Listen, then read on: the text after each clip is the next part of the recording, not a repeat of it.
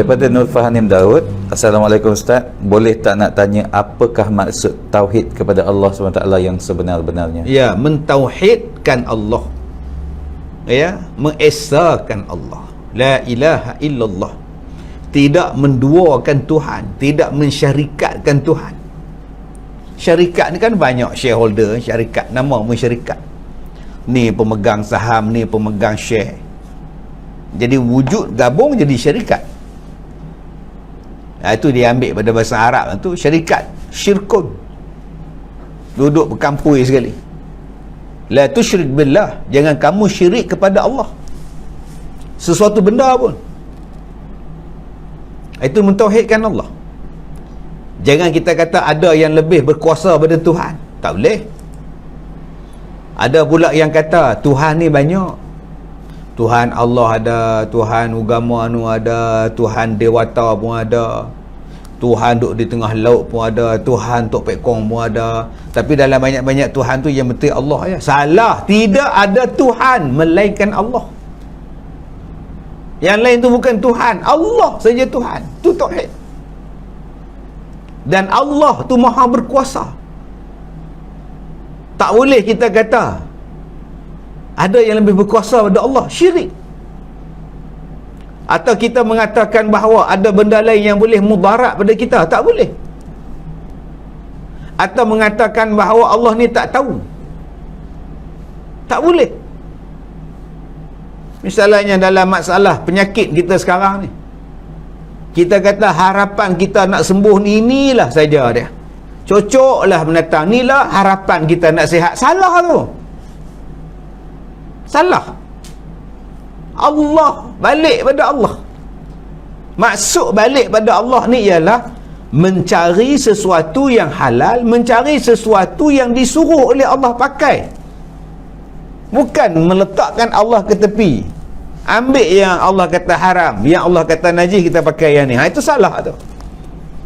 Sebab kita ingat yang Allah bagi tu, kita ingat yang Allah suruh buat tu, kita kata tak elok, tak bagus. Bila menganggap ada benda yang lebih bagus daripada apa yang Allah Ta'ala cakap, yang Allah Ta'ala suruh, kita kata ada lagi yang lebih bagus daripada Islam, ada yang lebih bagus daripada Allah, itu syirik pada Allah Subhanahu Wa Ta'ala. Wallahu a'lam.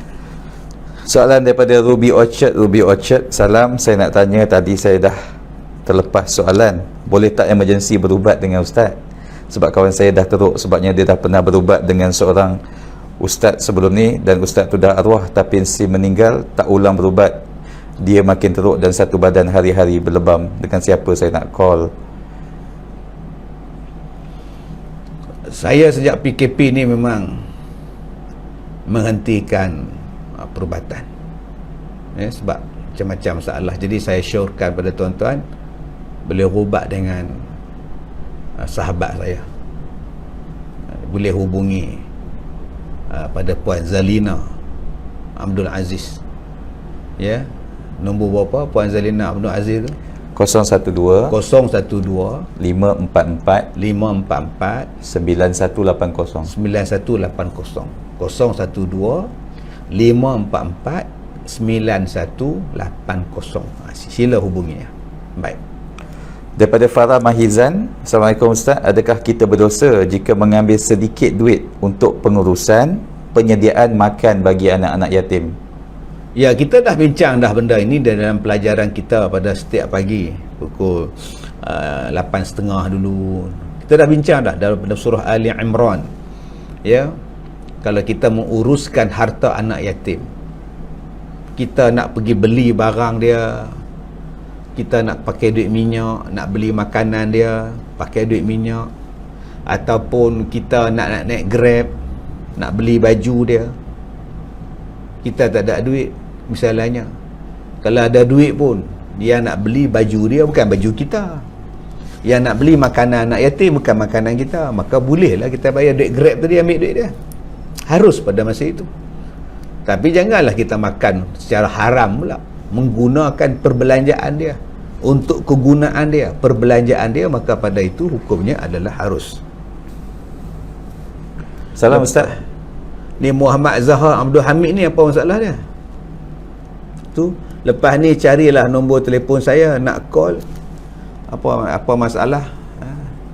Zahar Abdul Hamid tadi.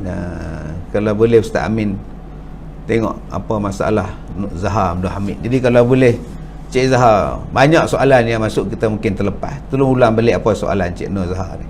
Ya, silakan.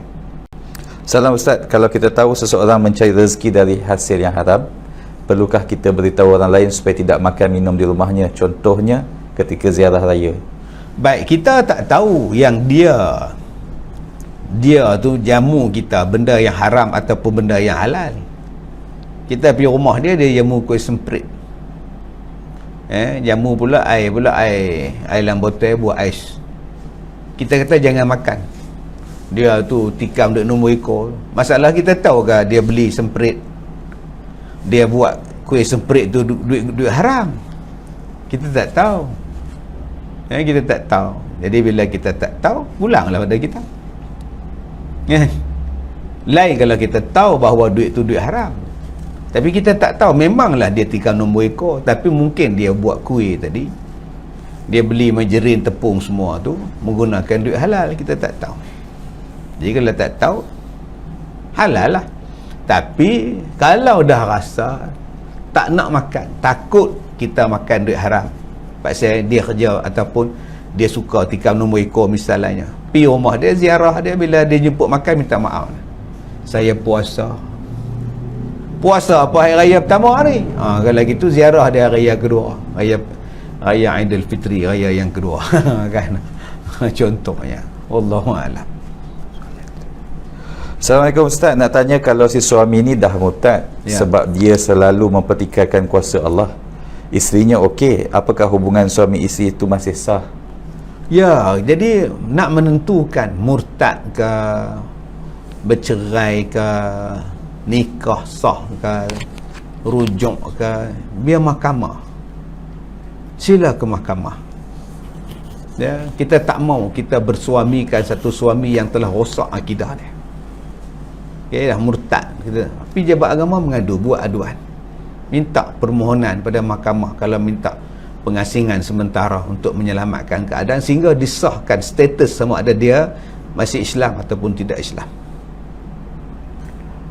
Daripada Nia Sari, Assalamualaikum Ustaz, apakah amalan yang boleh kita lakukan untuk bermimpi baginda Rasulullah? Ada satu buku amalan untuk bermimpi bertemu dengan Rasulullah. Saya rasa buku tu ditulis oleh Ustaz Hanif Ghazali. Jadi dapatkan buku tu di kedai buku, kedai kitab. Tajuk dia Amalan bertemu Rasulullah dalam mimpi, tulisan Ustaz Hanif Ghazali, insya-Allah. Ya.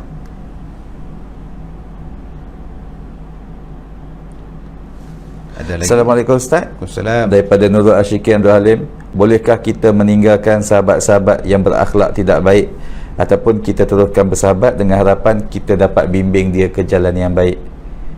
Ya, kita kena pilih kawan yang baik. Sebab kawan ni mempunyai pengaruh yang cukup dekat dengan kita.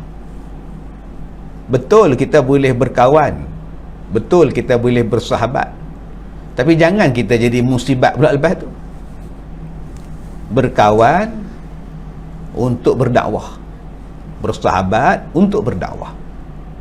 Kalau kita tengok lepas kita berkawan, lepas kita bersahabat, kita pula dah mula agak luntur pegangan kita terhadap agama, maka pada masa itu menjarakkan diri lebih selamat.